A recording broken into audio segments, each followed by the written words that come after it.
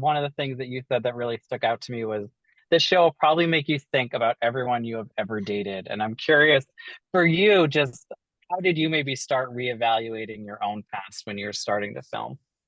You first.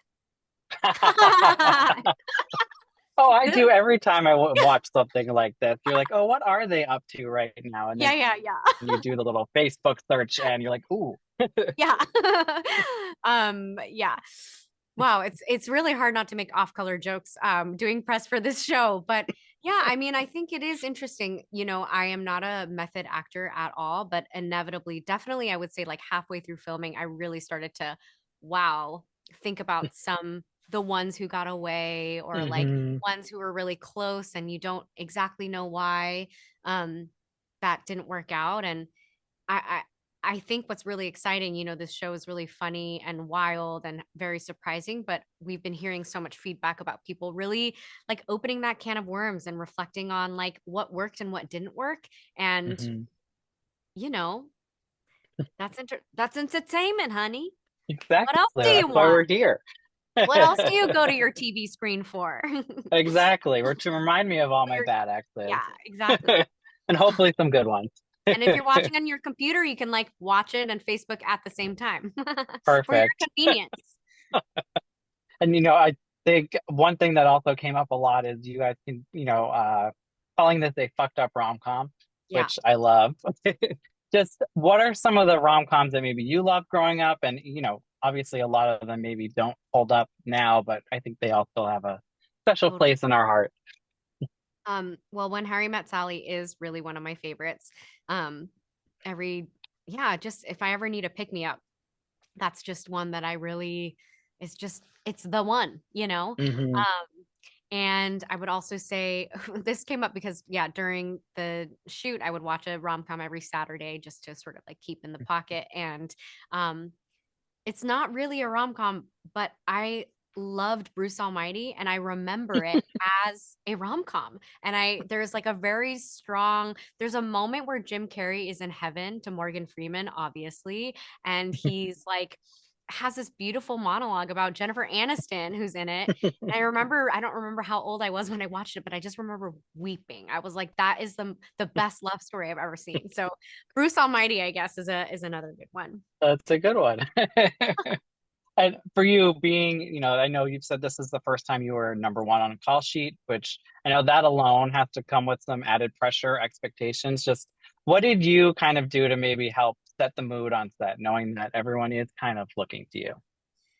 Well, that part actually was the easy part, right? Like hosting the dinner party was the fun part of like, hey, we had like every Friday we came up with this like theme Friday dress up where the entire crew would dress up. The first one Zasha and I came up with was dress like your grandparent Friday, and then the winner would get to choose next week's theme. And it got really crazy. Well, Like that's we fun. had one week that was like dressed like someone else on set, and there was like five Nanachkas, there's like six Rubies, Zashas, AJs. That was one of our DPs was a three-time ski Olympian, so someone came in as a ski Olympian, as Andy as a ski Olympian. It was like amazing and wild. That's So that part awesome. was amazing, like to get to be like, hey, as someone who holds a certain form of like power or space in this space, I want to like give it all to you. That part was so amazing. And then I think in the creative process, like you have to put all that away. You have to put the script notes away. You have to put the producerial discussions away. And then you show up on set and then you have to just like be an actor. I think, I've been thinking about how when you start to do more and more work that is more visible, you form a public body of work and it can feel scarier to take big swings and more vulnerable to try something new. And my job as an actor, creative storyteller is to take swings and to just tell stories, make mistakes, make it messy, do the best that I can to honor what I believe is good. But it's it's not my job to be perfect. And so I Yeah. think that's the hardest part is like really getting rid of that and allowing yourself to trust the process. And luckily the entire cast is so amazing. Ninotchka and Sally are so amazing that it really allowed, I think, all of us to trust fall into making this show. I was gonna say, is there, from being in other films where maybe, obviously you weren't number one, just were there people that maybe you were trying to model yourself after, or you took as like a good example?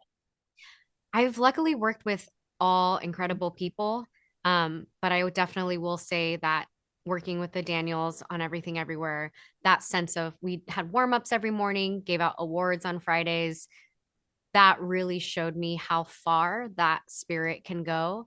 Um, and then I do remember very early on my first kind of series recurring role. When I was just sort of starting out, Aaron Paul was the lead of this show called The Path. And Mm, he was so kind after the great success of Breaking Bad and so kind and so human. I just remember that was the first time working on a show, period. And I was like, if I ever get to be number one, like that's how you do it. mm. That's nice. I think people like to hear that. Well, thank you for speaking today. I can't wait to watch the rest of this show. I loved what I've seen so far. So Thank you. congrats to you all. Thank you so much.